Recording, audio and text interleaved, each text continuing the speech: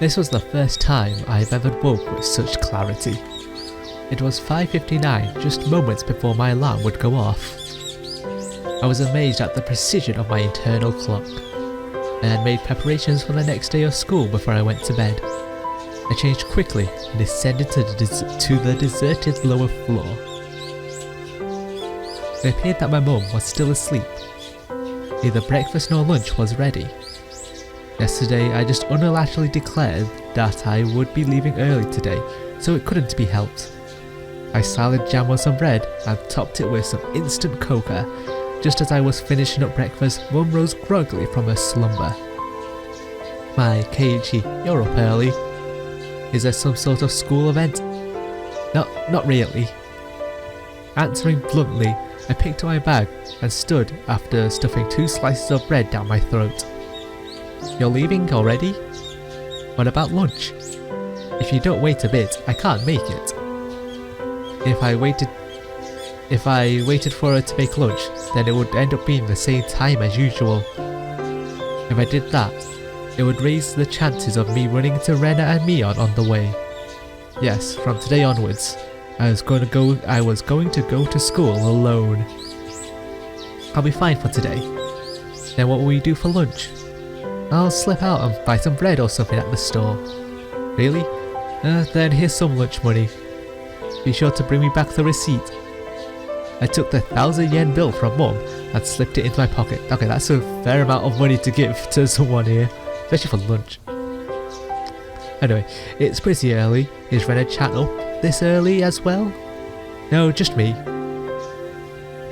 Did you tell Rena-chan that you're leaving early today? I have no reason to tell her every little detail now, do I? Finding it difficult answering the onslaught of questions, I made an annoyed face. Tell Rena that I went ahead when she comes. Hey Keiichi, wait.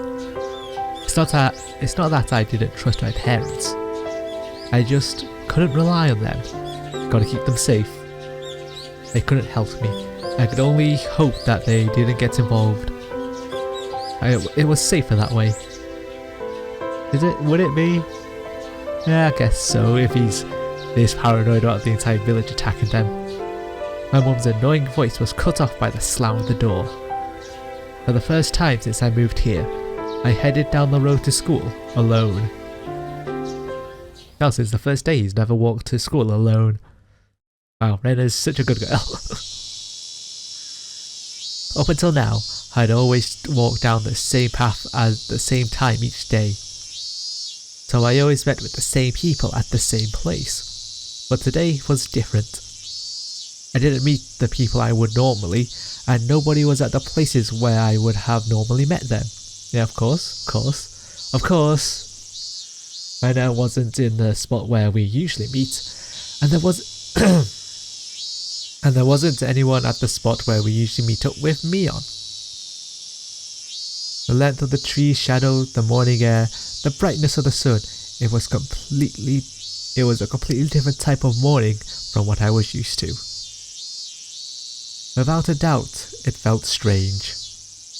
It left me with the impression that I had destroyed the illusion Hinamizawa had set up for me before I had enough time to prepare all the props needed to deceive me. My Keiichi-kun. You're so early today. Is everyone meeting early this morning? The person who called out to me was someone we always passed as they were taking a walk along the edge of the fields. The name was forgot. Of course, this wasn't the spot where we usually pass each other. I woke up early today, so I thought it would be a good change of pace. That's all. I threw out a random excuse. What about Rena-chan and Mion-chan? Are you by yourself today? Well, yeah, I did leave early. I was being asked the same types of questions my mum was asking, so I answered them in the same uninteresting, vague manner. It wasn't funny being asked where Rena was each time I passed someone, but maybe it was to be expected. It was because for so long we were always together so amicably. Even I felt that if I let my guard down, we could still be free. Stop it, Keiichi. Don't think about that anymore. You spent all yesterday thinking about how dangerous it was to go soft, didn't you? Wait, what kind of voice was that in his head? Beep beep beep. A car horn blared from out of nowhere. Even though I was walking, lost in thoughts, that horn was way too close. A mechanical behemoth barreled at me from behind, catching me completely off guard. By the time I turned around, the van's hulking chassis was almost on top of me. I'd seen plenty of cars to the opposite veer to the opposite shoulder to avoid pedestrians, but this car was doing the opposite. It felt like there was somebody on the opposite shoulder and the van was swerving in my direction to avoid them. That blissfully ignorant train of thought delayed me from realizing something much, much more important, that you're gonna get hit. Oh wow, that sound. Not a nice sound. That large mass was hurtling right towards me. It was going to hit me? The inside of my head instantly flooded with a painfully cold liquid. In that moment, the sea before me, no, time itself, had frozen. In the silence of that frozen moment, I compared the van, so close that I had no way to dodge it, and my body. The upper half twisted awkwardly in order to look behind me. There was no way I could dive out of the way. There was no way I could dive out of the way in my current position. If I lost focus now, this moment would unpause. I would probably be ploughed over, caught in this silly pose. Bend my upper body towards the paddy by the side of the road. If I bent far enough, I'd get away with just being hit by the side view mirror.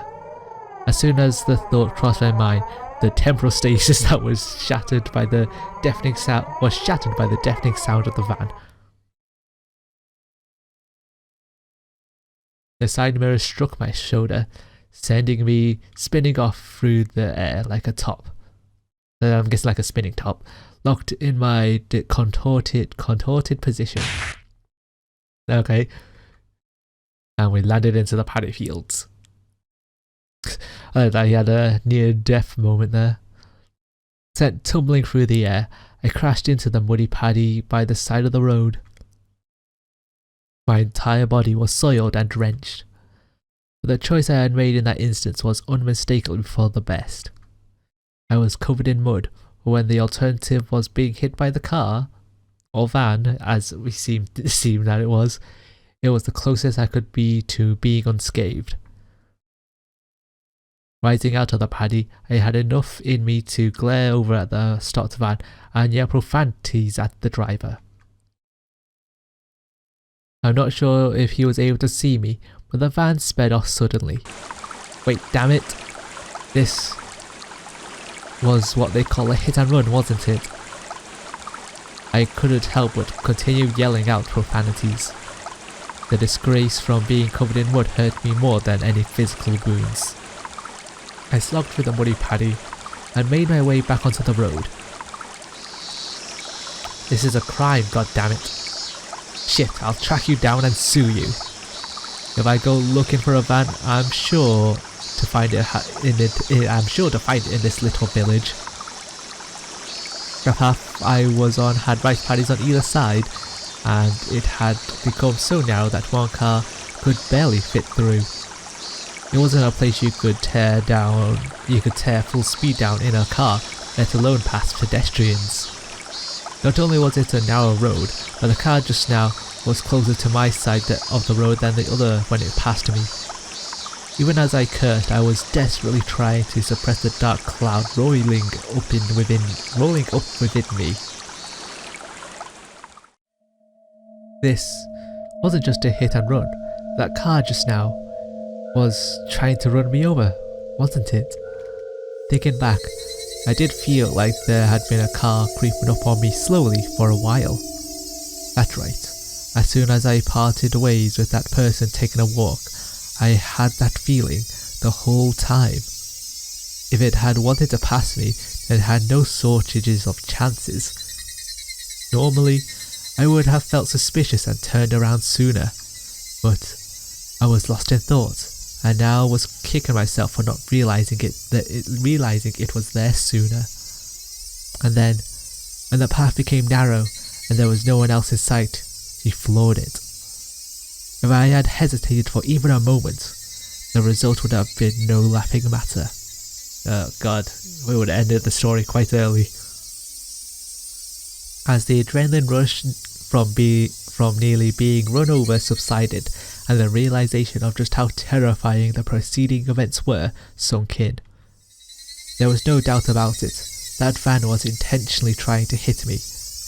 A cold viscous sweat seeped from my scalp and slid down my back before dripping off. That's disgusting. Rather disgusting thought that. Especially how viscous. What a weird way to describe it. I struggled to avoid falling into a panic. There was still the possibility that this was really just an accident. Calm down, Keiichi. But also, don't be so naive, Keiichi. Being that lax will get you killed next time. You need to be always on your toes. Don't give them any openings. If the enemy was really out to kill me, then next time they would use a more reliable method. If that time came and I was acting like I was now. Being covered in mud was the price I had paid for my own naivety. Covered in mud, but without injury. Not even a sprain. I guess this is what they call a silver lining. I began walking again, this time cautiously. I wouldn't even show a sign of carelessness. I had suspected only Rena and the others up until now. No, it was because I had suspected them that I had believed there were no other enemies. Oshi-san said so, didn't he? That there was a possibility that all the families of the village were involved. If I really mirrored so deeply in this situation that I had no choice but to try and carry on as usual, wouldn't it be safer that I just hold myself in my own house? But the moment I abandoned my regular routine, everyone around me would abandon theirs as well. That was just too horrifying a thought. I recall the tales Oshi-san told me of when the Hinamizawa was still called Onikakushi. A frightening tale of an entire village of demons hunting their prey, surrounding them and eating them alive. One must not interfere with demons. One must pretend not to see. The enemies were numerous, all the village families. The villagers with their unwavering faith in the curse would do nothing to help me. You could ask your mum and dad, Keiichi, you know, if they're gonna attack you whilst you're in your house, they're gonna attack your parents regardless. A strong sudden flash of sunlight made me slightly dizzy. I had no idea what was going on anymore. When I suspected it was the work of man, I would catch a glimpse of Oyashiro-sama's curse. And when I suspected it was Oyashiro-sama's curse, someone would poke their head out. Was it coincidence? Was it intentional? It was my enemy, who was just a bystander. No, what I really truly wanted to know was, how did I end up with the proverbial bullseye painted on my back? Eventually, an answer in a form I could understand will appear. I don't care when that will happen, because until then, I cannot die. That alone fueled my resolve to fight, and will keep me alive. Boy, the paranoia is spiking up here, isn't it? Yeah, you're at school. Let's see, I remember seeing this metal bat in the gym storage shed where there was a padlock on the door barring my entry. At the very least, I wanted to get my hand on it before everyone else arrived at school. I circled around the school grounds impatiently. But All I could find were pieces of lumber, nothing that I could bring into the classroom easily. Then I had an epiphany. I should search inside the classroom, of course. If it was something in the classroom to begin with, then there wouldn't be a problem. It's true, if it's already been in there, no one would ever ask questions too much. I could tell that everyone's indoor shoes were still in their lockers. Good thing I came early. Nobody else was here yet. I wonder what I could find in the classroom. I didn't think I could find an especially effective weapon like a bat, but it couldn't be helped at this point. Until the gym storage shed was open, I needed to find a substitute. A lingering hint of naivety whispered that there was no way I'd be attacked at school. Don't want to traumatize the kids. But such soft ideas would no longer protect me. To think that they were slowly making their way into parts of my life that I once thought impenetrable. In the worst case, my own house might not be safe anymore. That was an incredibly frightening thought. But I believe that not considering the worst case scenario would have been even more frightening.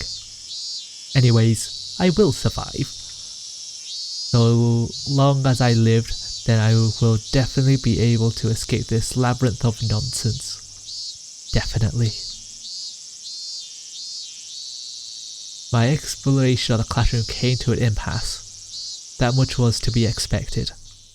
There was no way there would be anything that could be a weapon in the classroom. In case of emergency, there was probably nothing I could do but swing my own chair around. My gaze landed on the lockers that came to be used for personal storage. Personal storage? Wow. The locker that Mion used to store her piles of games were among them. There was one for each person in the class, all lined up. Of course, there was one for me as well. Oh yeah, there was supposed to be still a tracksuit in my locker. Seeing me covered in mud would be strange. I should go change later. But first I needed a weapon. Takes priority apparently over appearance.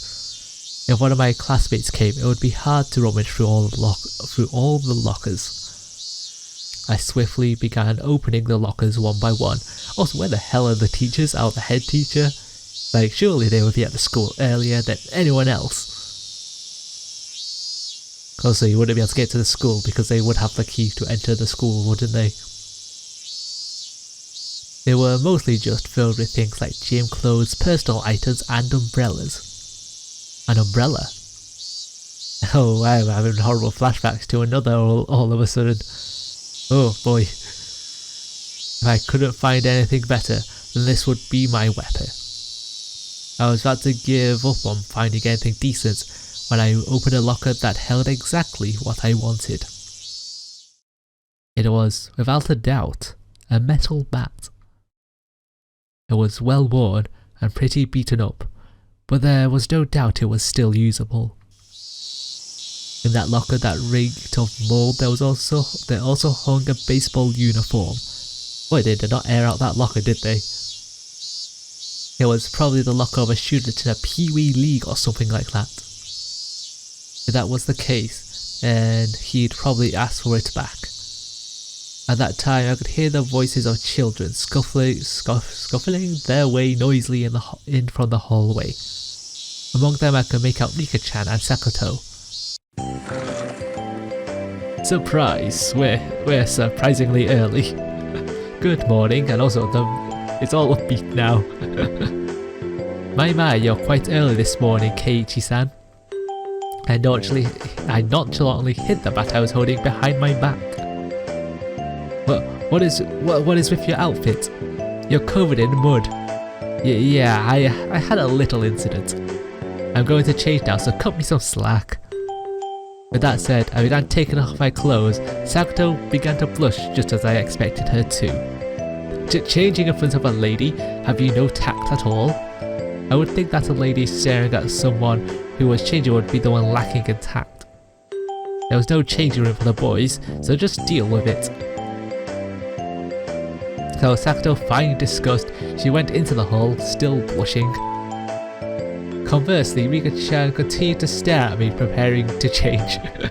If Rika-chan is a lady as well, I don't think it would be appropriate for you to be watching. I'm not a lady, so it's fine. He deliberately pouted and looked at me with upturned eyes. Then, starting now, you're a lady. If I'm a lady, then I suppose I must. And then she left. Okay. Rika-chan, appearing to be satisfied with being considered a lady, made her way to join Sakuto in the hallway. Just as I breathed a sigh of relief, Rika-chan suddenly stopped and turned back towards me. Are you gonna start playing baseball? It seems that Rika-chan had noticed the bat. Yeah, just, you know, I was feeling a bit out of shape, so I thought I'd try practicing my swing. I think it's wonderful you're taking care of your health. He was talking like an old lady despite her appearance. After saying that, Rika-chan started to leave again, but stopped and looked back at me once more. Please don't lose that bat. It seems she already knew I took it out of someone's locker. There was no name on the locker door. I don't know whose bat it was, but I would be borrowing it until they complained. It wouldn't be for long, just until the gym storage shed was open. After quickly changing into the tracksuit, I checked the time. I still had plenty of time before class began because I came so early. I took the bat in one hand and went to the schoolyard. That was, of course, to practice my swing. Yep, you have to keep with the appearances, I guess. I needed to make it known that I would always have a bat on me so I could practice my swing. At some point, the sunlight had become even stronger. Disregarding my classmates as they made their way to school, I took my position in the shadow of the school building. Oh, that's just sinister, isn't it? Like he's going into the shadow of the school to practice his bat swings. Just, that's kind of like, what's the word? Weird, disturbing really, isn't it? I wasn't the academic type, and I wasn't much of an athlete either. I might get muzzle pain if I suddenly started swinging. Gotta do them warm-ups, Keiichi. Gotta do them warm-ups. I should at least start out with some warm-ups. I doubt anyone would think I was doing something out of the ordinary, which was the exact opposite of my mental state. I gripped the bat and swung lightly. The bat was by no means light. The weight would make it a reliable weapon when I needed it to be. Of course, I could only pray that the moment I needed to use this as a weapon would never come. Just carrying it around could deter attacks against me. You know, unless it's a car, because what's a metal bat going to do against a car? At least, that's what I hoped. Boy, they're going really 110 on this swinging practice. Huh? K-chan? What are you doing? Being bombarded with such hysterical voice, I jumped. Whoa, Keiichi-kun, are you on the baseball? Why did I say basketball? Why basketball? Are you on the baseball team? The baseball team? It was Rena and Mion. I was surprised to hear you went off ahead. What are you doing, Keiichi? Or Kei-chan? Can't you tell by looking? I'm practicing my swing for the championship. Gotta aim for the top. Gotta aim for the top. You can say it's part of my diet if you want. Diet? Kei-chan, are you really that fat? Bet you didn't know, but I actually have a beer belly. It's plump and it jiggles. It's just all on its own. Plump and jiggles? Rena, you don't have to imagine something weird like that. To disrupt Rena from imagining something that vulgar, I ruffled her hair messily. Well then, I hope you make it to regionals at least. This old man will cheer you on. Regionally speaking, it seems that Oshima High is pretty strong. They say their southpaw Kameda-kun is amazing. Good luck. Seems they made me out as some kind of local prodigy, but oh well. Well, if I really did make it to the championship, it would be a cinch. After all, I would be the pitcher and catcher. I'd pitch the ball, then run past the ball I just threw and change over to be the catcher in a burst of super incredible explosive speed. I laughed wryly at that ludicrous image. Coming back to my senses, I smashed the bat against the ground. Damn it. What am I laughing at?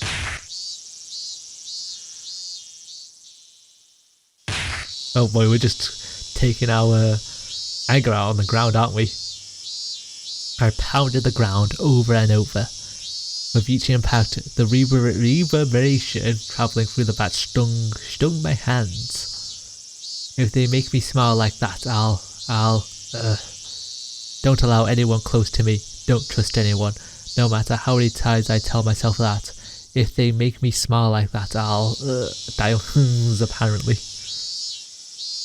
I already knew quite well that there were demons dwelling in my smiling friends. But I couldn't believe that. I just couldn't believe it.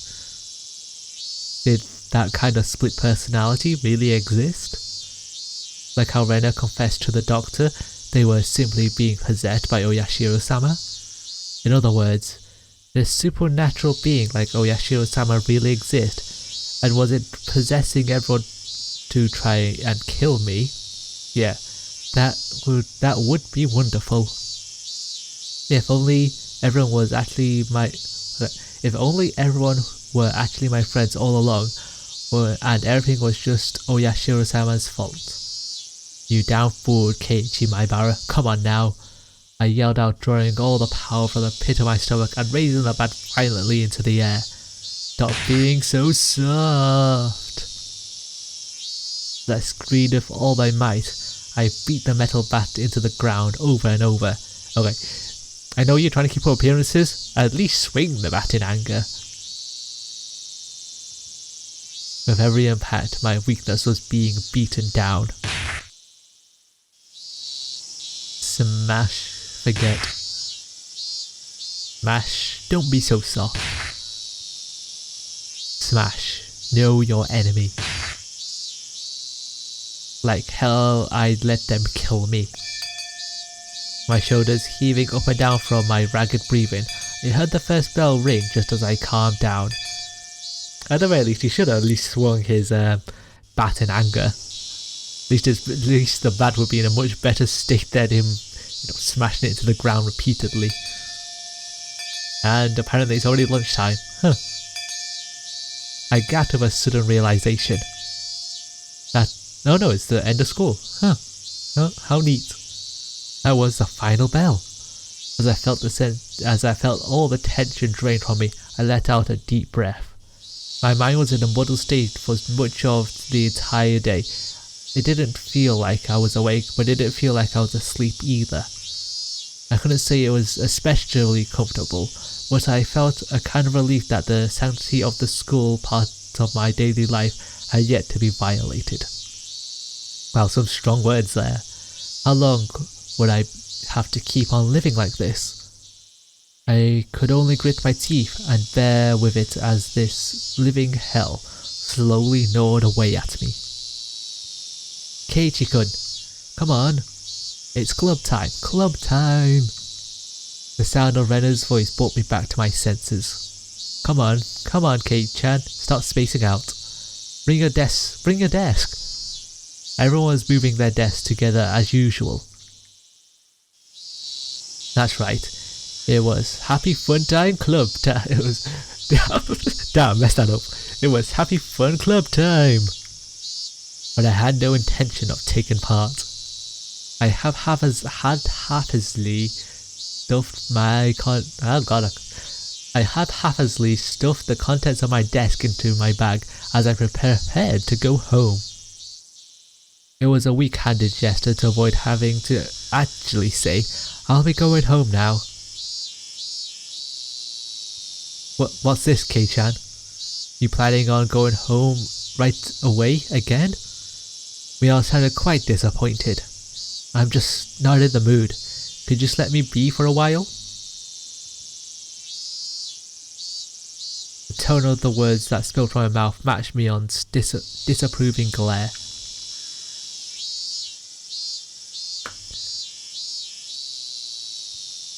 It felt like the air in the room had dried out. The actor looked like she was going to say something, but perhaps dissuaded by the mood, she swallowed her words and stayed silent. Nobody said a thing. I took that to mean that I could leave if I wanted. But the collective gaze of the four of them, like the tiny pins used to mount an insect in a display, held me in place. Rena was the one who cut through the heavy mood. Keiichi, you just didn't like playing with girls, I guess. He said it in such a melancholic tone that it sent a wave of pain racing through my heart. If this pain was going to kill me, I wanted it to be the soft part of me that could still feel the pain. I tore at my chest, violently tearing out the pins that held me in place. That's not it at all. I'd only be hurting myself by saying anything more, so I swallowed my words. Cutting things off there, I turned away and exited the classroom. They didn't speak a word to me as I left.